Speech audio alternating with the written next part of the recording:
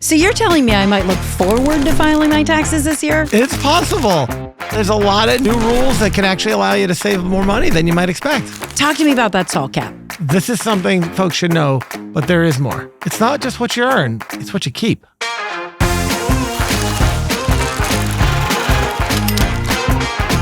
It could be one of the biggest opportunities to save money in 2026. We're talking about taxes, and there's a lot that's new this year.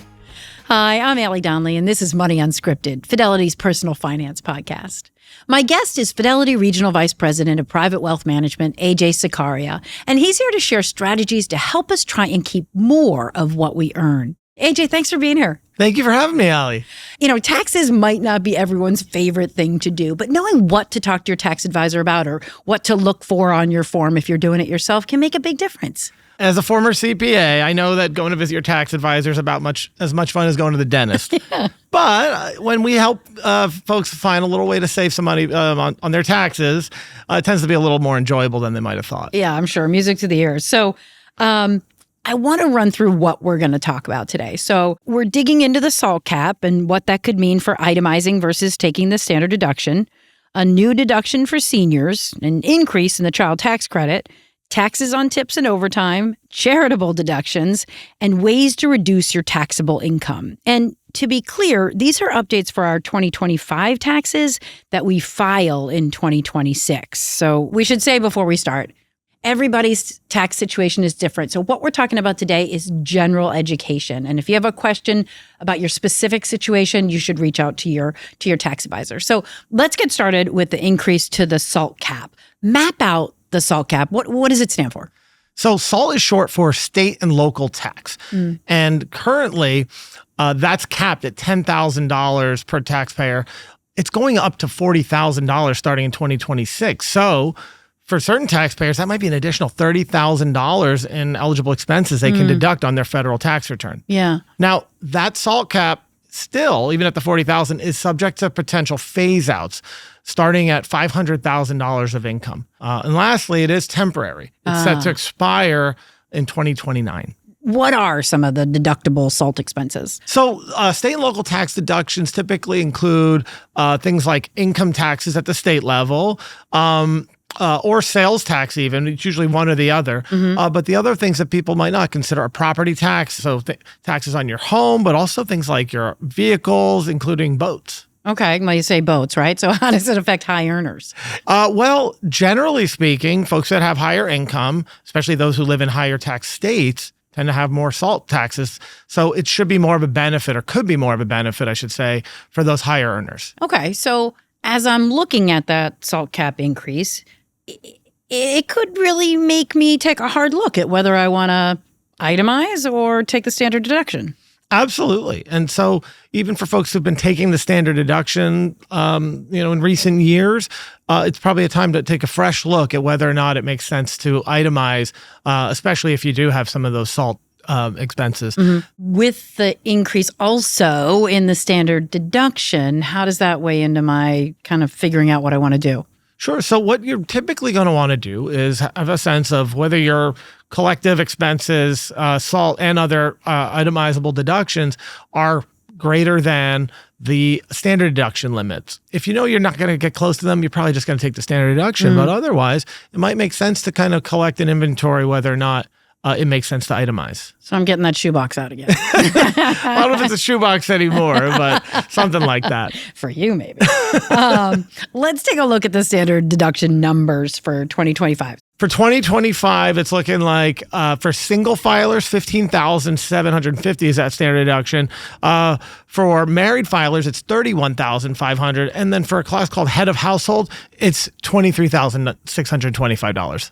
I want to dig in just a little bit more here. So when it comes to comparing that standard deduction versus the itemizing, walk us through the expenses like on my tax form that I'm going to be looking at.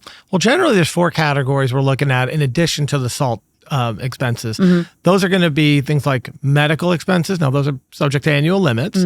Things like mortgage interest expense, charitable contributions, and then in the unfortunate event it applies, things like theft or casualty losses due to a federal declared disaster. We look at all those things combined, and as long as they tally up to a greater number than that standard deduction, more than likely not, you're going to want to itemize for that year. I think it's worth reiterating, you said it earlier, but the salt cap change is not permanent.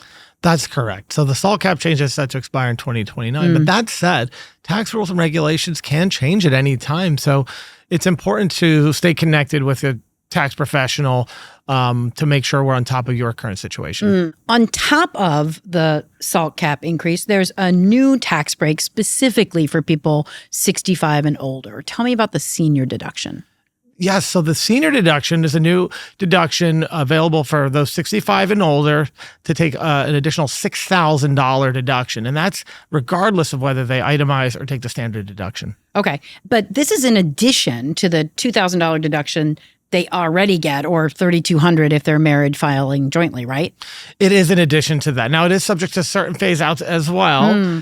So it's really important to understand your tax situation on whether or not you're going to take that deduction. Yeah. Another consideration for filers that might be eligible for that senior deduction is whether or not to do Roth conversions this year. And so Roth conversion, as you might know, is a practice of paying taxes ahead of time on tax-deferred plans like IRAs in order to enjoy tax-free growth in the future. And it can also help lower the required minimum distributions typically associated with traditional IRAs. And however, that can push up one's income. And so by doing that this year, it might actually reduce the benefit of that senior deduction. So we really want to make sure we work through decisions like that with a tax professional. That makes sense. Okay, so from seniors to kids, talk to me about the child tax credit. Well, at first glance, it doesn't maybe seem as exciting. Yeah. The child tax credit is going from $2,000 to $2,200. Yeah. But what's really exciting about it is it's now indexed for inflation. So hopefully it'll keep up with some of those expenses from year to year. Also new for taxpayers this year, or is for those who get tips or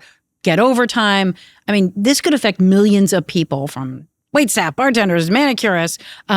Talk to me about no taxes on tips. No taxes on tips got a lot of buzz. And we're still going to see how it plays out, as it's a completely new rule. But essentially, the new law allows for those earning tips up to $25,000 to be deductible.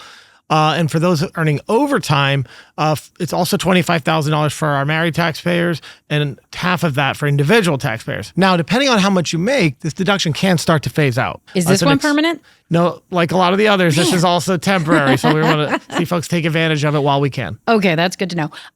Let's talk about giving. What's new for charitable deductions or donations? So before 2026, charitable donations were really only able to be deducted by those people who itemized. And so one thing that's new is that whether you itemize or standardize, everyone can take advantage of charitable contributions on a tax return. Okay. And so starting in 2026, you can actually start to take a deduction on top of your standard deduction for charitable contributions up to $2,000 for married filing joint taxpayers, or half of that for single taxpayers. And for itemizers? For itemizers, you can also do it, but there's a little bit of a caveat. There's a floor. So I think the charitable contributions start to get eligible for deduction after they exceed 0.5% of your total income for the year.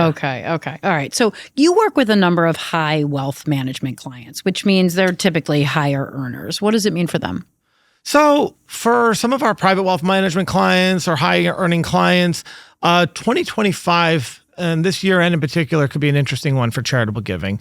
Starting in 2026, the maximum benefit on charitable contributions is going to get reduced a little bit. So specifically, earners in our highest income tax bracket, which is 37%, their deduction starting in 2026 is going to get limited to 35%. So why are we saying that's a good thing if they're going to lose a little bit of oomph? Well, it's a good thing in the sense that there's an opportunity this year to lock in that 37% benefit before it gets trimmed going forward. Okay. And so what a lot of charitably inclined folks are doing, regardless of whether they're high earners or not, is a technique called bunching. And so what that essentially is making a larger lump sum gift in this year to get a bigger tax benefit, make sure you get to itemize, as opposed to spreading out the tax deduction over multiple years. Okay, so I just want to map it out, make sure I've got it. So if I know that every year I give my favorite food pantry $5,000, if I can swing it and give them $25,000,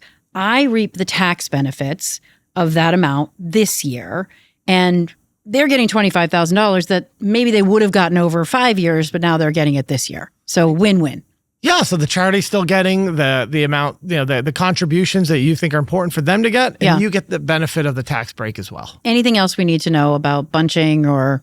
Well, I would say there's one more layer that gets interesting, which is using a donor advised fund. Okay, tell me about that. What a lot of folks can do is also use something called a donor advised fund to essentially get the tax deduction today through that bunching, but maintain the pace of giving that they prefer.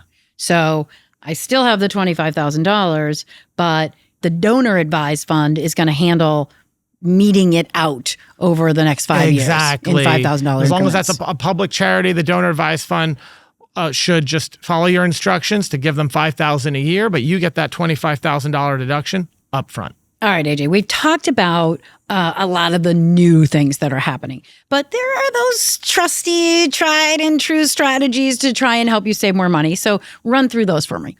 Well, first and foremost, think about ways to reduce your taxable income. Things like contributing to qualified savings plans, maximizing your 401k, contributing to an HSA, or even making contributions to a individual retirement account or IRA. Okay, and as we're looking at our end of year picture? Well, the end of the year, the tax year starts to come more into focus the closer you get to year end. You have a better sense of where you are from a capital gain and loss standpoint, from a total income standpoint. And so you can even start to think about timing decisions, whether it makes sense to accelerate income or delay certain income. Things like tax loss harvesting and asset location can also be a factor. Tax loss harvesting, it's one of my favorite things. I don't know why I totally get geeked out about it, but tell me what tax loss harvesting is. So essentially, if you look at your whole portfolio, very few of us, can say we have all winners. Right. All right. And so the idea of tax loss harvesting is to turn a tax loss into a tax asset and to essentially sell off some positions that maybe are at a loss and use those to reduce your tax expense. You can actually deduct up to $3,000 in capital losses every year, and anything beyond that, you can carry forward. Okay. All right. We've been talking about potentially saving money, but what about doing something with it? You're an advisor, so what could I potentially do with it to make my money work harder? Well, of course, there's always the fun answer, which is go enjoy it, treat yourself a little bit. But I think a lot of us would agree that the best way to treat yourself is to take care of your financial health. So think about setting up that emergency fund if you haven't already. Think about funding an HSA or health savings account if you're able to. Again, contributing to some retirement accounts. Maybe folks that now are in a position where they can set up an individual retirement account and enjoy tax-deferred growth for a very long time. For those who have, are thinking about helping a loved one through school, think about setting up a 529, which in addition to helping with college, can also help with any private education expenses before that. Okay. We talked about a lot. Taxes is, dense. So as people listen to this conversation or watch this conversation and they're about to sit down with their advisor, getting out their tax forms, what do you really want them to take away? Well, I always say any time is the right time to think about your financial plan. But tax time is especially important because you already have a really good sense of where things are. So first and foremost, you always want to look at your long-term financial goals and your financial plan, whether that's with a financial professional or if you're a DIYer, set time up with yourself to look through your financial plan. Only then should you think about tax strategies and how they fit into that plan. I love it. Pro tips. AJ, thank you so much. Thank you, Allie. We've covered off on a lot of tax information today, and we have even more resources to help you get ready for and through the new year. It's Fidelity's 2026 Financial Preview, helping you navigate the noise to find opportunities in the year ahead. From 6 top investing ideas to what to expect in the market, moves for retirees, and strategies to fast-track your financial goals. It's all at fidelity.com/2026. Thanks for being here. Be sure to like, follow, and share the podcast. We'll see you next time on Money Unscripted. It's your life. Get your money's worth.